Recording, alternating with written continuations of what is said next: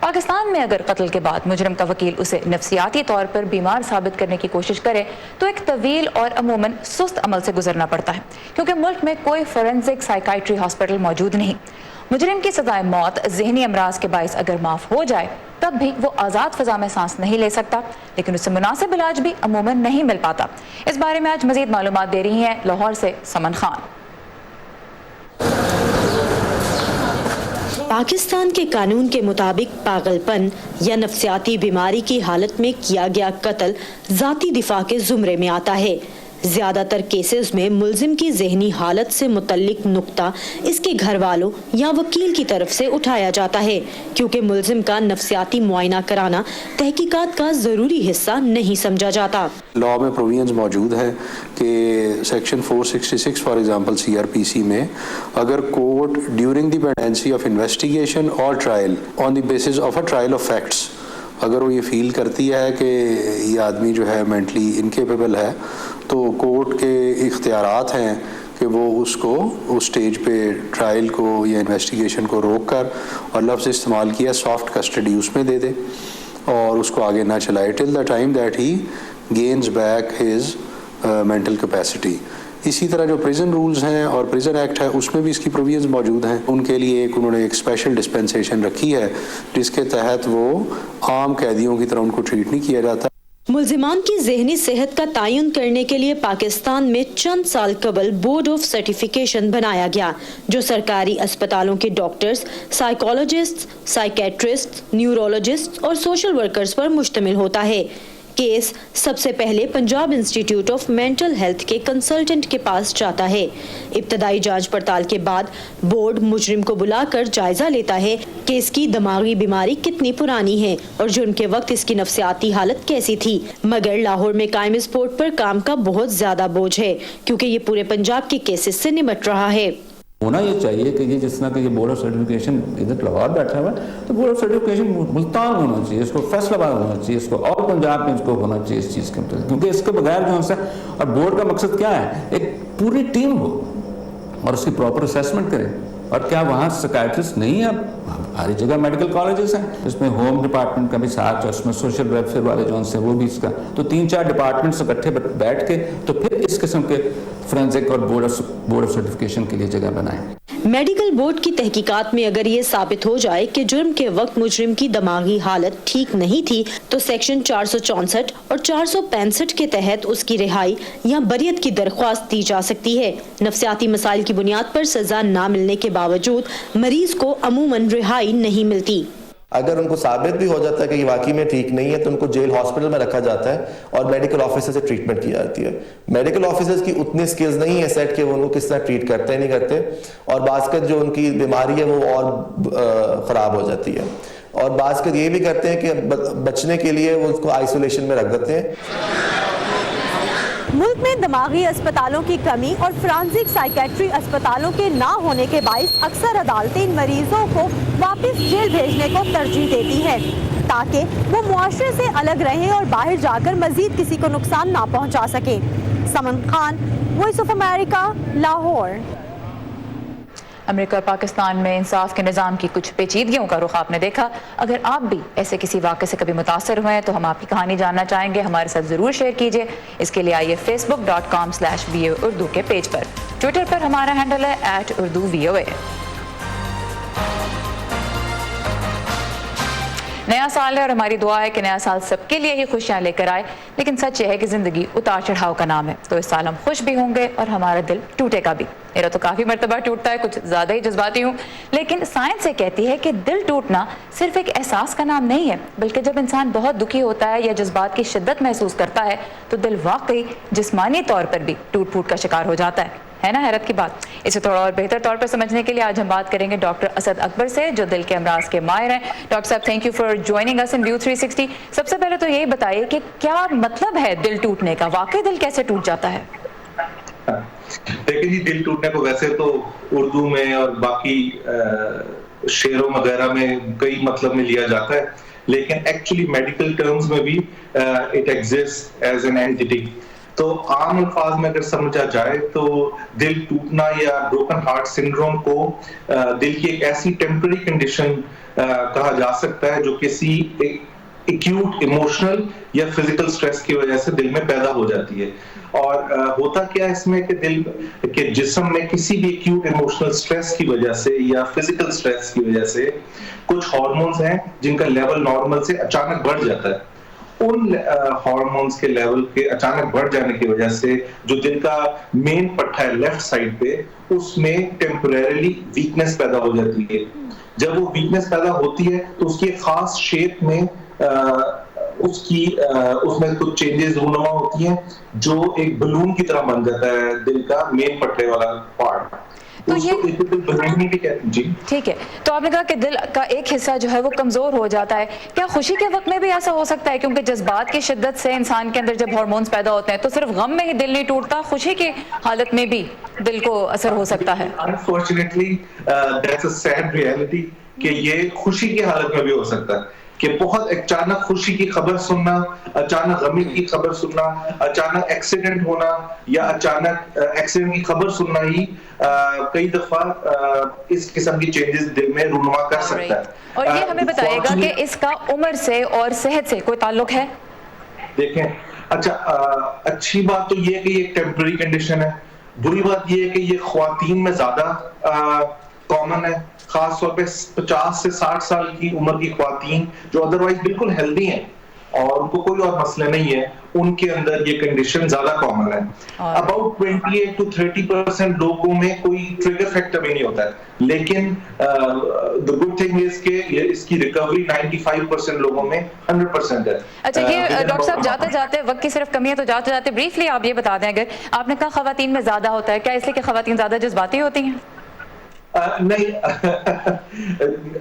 یہ کہنا تو بڑا I'll be labeled as a sexist اگر میں ایسی کوئی بات کروں تو مرد بھی بڑے جذباتی ہوتے ہیں, لیکن جو اس خاص ڈیزیز کو یا کنڈیشن کو ٹریگر کرنے کے لیے جو ہارمونز ہیں جن کا میں نے کہا تھا ان کا سرج ہوتا ہے, ان کی جو ریسیپٹرز ہیں وہ کچھ لوگوں میں ہارٹ کے لیفٹ سائڈ پر زیادہ ہوتے ہیں اور عموماً وہ خواتین ہوتی ہیں جن میں وہ زیادہ ہوتے ہیں. تو اس کا آئی ڈونٹ تھنک کہ یہ اوور آل جنرلی یہ لیبل کرنا کہ کیونکہ خواتین زیادہ جذباتی ہیں, لیکن انفارچونیٹلی خواتین میں یہ والی اس طرح کے ریسیپٹرز نظر آتی ہے. ہے. بہت شکریہ ڈاکٹر صاحب. ڈاکٹر اسد اکبر ہمارے ساتھ تھے اور ہمیں بتا رہے تھے کہ دل واقعی ٹوٹ پھوٹ کا شکار ہوتا ہے جب جذبات کی بہت زیادہ شدت انسان کے اندر پیدا ہو. تو امید یہ ہے کہ ہم تھوڑا سا اپنے آپ کو کہہ لیجیے کہ ٹرین کر سکیں کہ ذرا بہتر طریقے سے خبر کو ایبزارب کر سکیں اور اس کا جو افیکٹ ہے اس کے ساتھ ڈیل کر سکیں. ڈاکٹر اسد اکبر, بہت شکریہ آپ کے وقت کا. Thank you.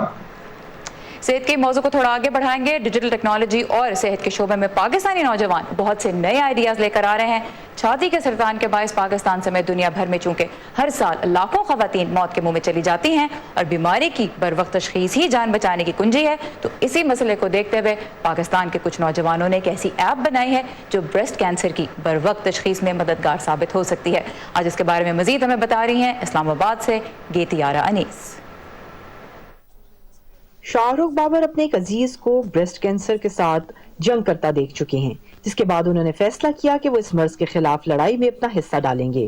انہوں نے ایک ایپ ڈیزائن کی جس کا نام زائلیکسا ہے. یہ ایپ آرٹیفیشل انٹیلیجنس یا مصنوعی ذہانت پر مبنی ٹیکنالوجی کو استعمال کرتے ہوئے ڈاکٹروں کو بریسٹ کینسر تشخیص کرنے میں مدد دیتی ہے.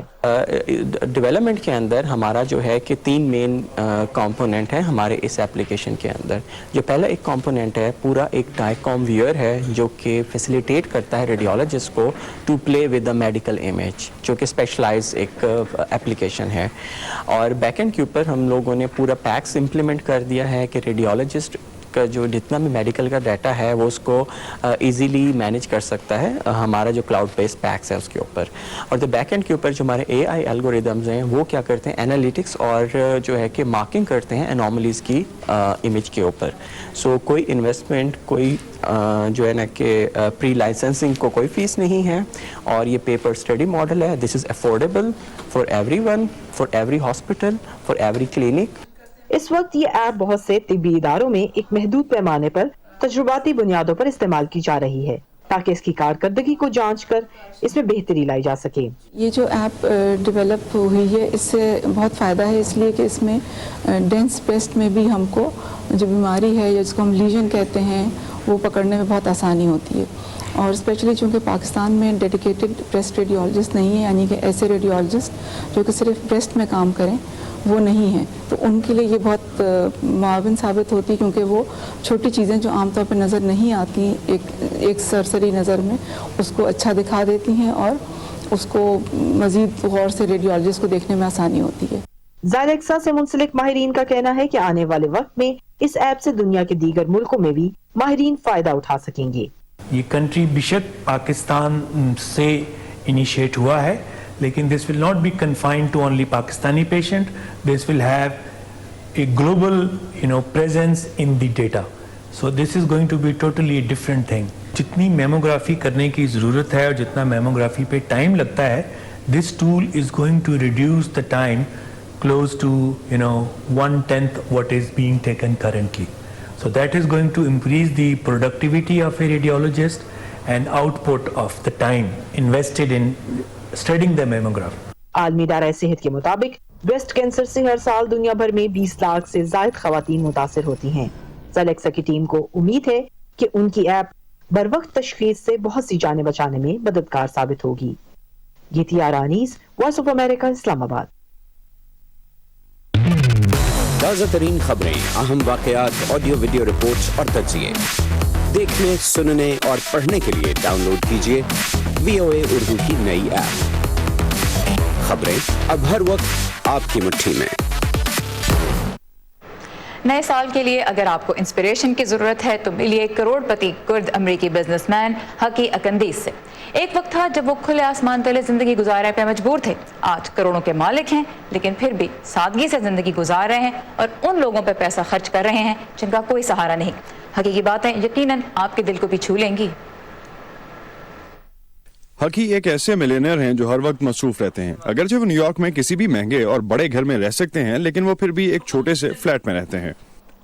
پیسہ میرا خواب نہیں، میں اس بارے میں خواب دیکھتا ہوں کہ میں اپنے پیچھے کیا چھوڑنا چاہتا ہوں اور کس لیے زندہ رہنا چاہتا ہوں.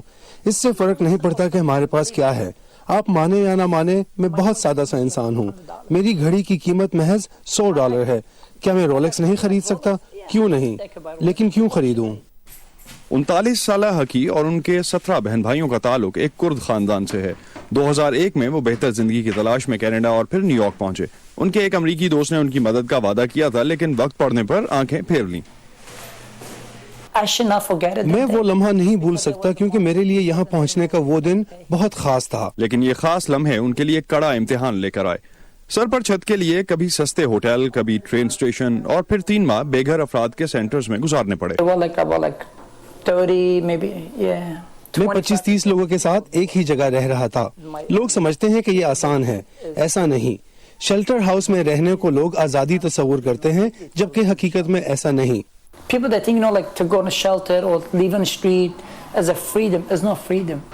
انہیں ایک پیزا شاپ میں برتن دھونے کا کام ملا. اس کے ساتھ ساتھ انہوں نے پیزا بنانا اور اسے درست انداز میں کاٹنا بھی سیکھ لیا. وہ روزانہ 19 گھنٹے کام کرتے اور ایک ایک پیسہ بچاتے. وقت گزرتا گیا اور ان کے پاس اتنی رقم جمع ہو گئی کہ وہ اپنی پیزا شاپ خرید سکیں. لیکن شہر میں پہلے سے موجود سینکڑوں پیزا شاپس کے درمیان اپنی جگہ بنانا آسان نہیں تھا. لیکن پھر بھی انہوں نے پیزا بنانے کا ایک مقابلہ جیتا. جب ان کی تصویر کے ساتھ ایک مضمون چھپا تو انہیں پہچان ملی اور یوں ان کا کام چل پڑا. یہ کیا میں مشہور ہو گیا؟ میرے کاریگروں نے خوشی کا اظہار کیا کہ لوگ آ رہے ہیں، اپنے ساتھ مضمونوں والا رسالہ لا رہے تھے اور میرے ساتھ تصویریں بنوا رہے تھے. پھر خدا کا کرم ہو گیا، جلد ہی میں نے دوسری دکان کھول لی.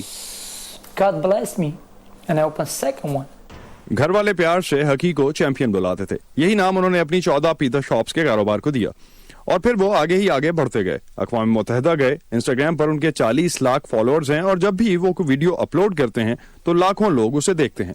لیکن نیو یارک کی سڑکوں پر بے گھری کا عذاب کیا ہوتا ہے وہ کبھی نہیں بھولے. اسی لیے ہر بدھ کو وہ دوسروں کی مدد کے لیے نکلتے ہیں.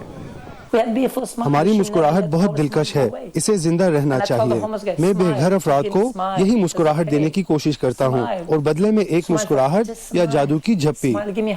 حقی کا سوچنا ہے کہ پیسہ آنی جانی چیز ہے، باقی رہنے والا وہ احساس ہے جو پیسہ خرچ کر کے ملتا ہے. اگلا خواب جس کی وہ تعبیر چاہتے ہیں وہ ہے 6 منزلہ ایک شیلٹر ہوم جہاں بے گھر افراد رہائش کے ساتھ ساتھ تعلیم بھی حاصل کر سکیں، کیونکہ کبھی کبھی ایک شخص کی خواہش بس اتنی سی ہی ہوتی ہے کہ کوئی اس پر بھروسہ کرے۔ اینا نیلسن کے ساتھ اسد اللہ خالد، voice of America.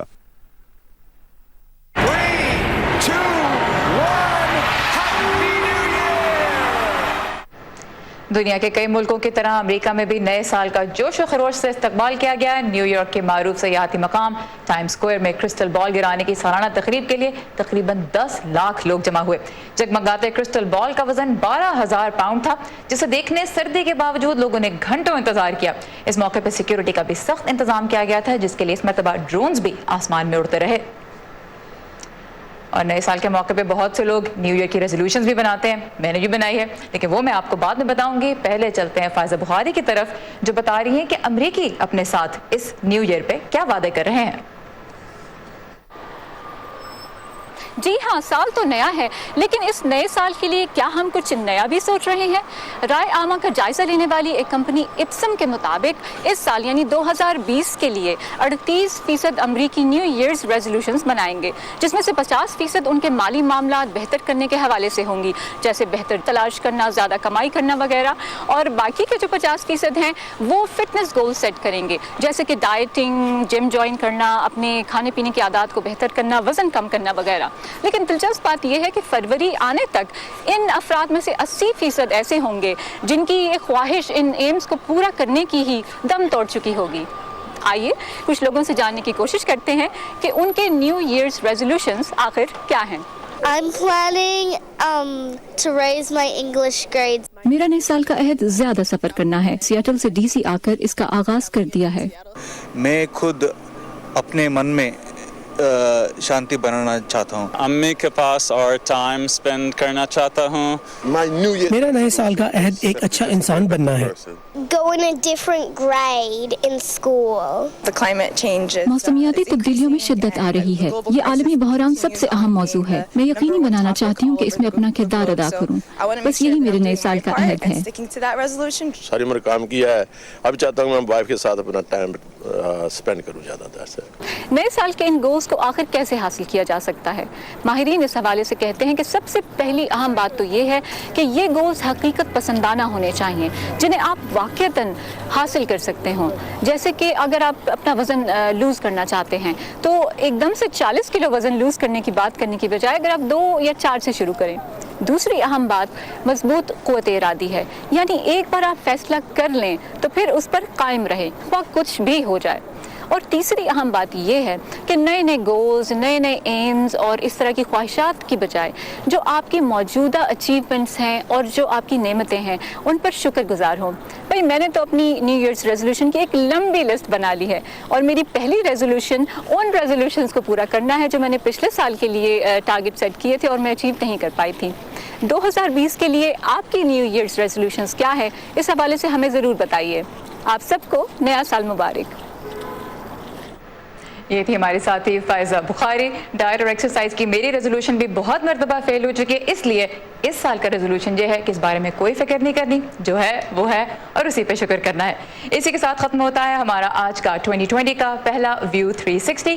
facebook.com/VO Urdu کے پیج کے ذریعے ہمارا اور آپ کا رابطہ ہر وقت قائم رہتا ہے۔ ٹویٹر پہ ہمارا ہینڈل ہے @UrduVOA اور انسٹاگرام پہ بھی آپ اردو VOA کو فالو کر سکتے ہیں۔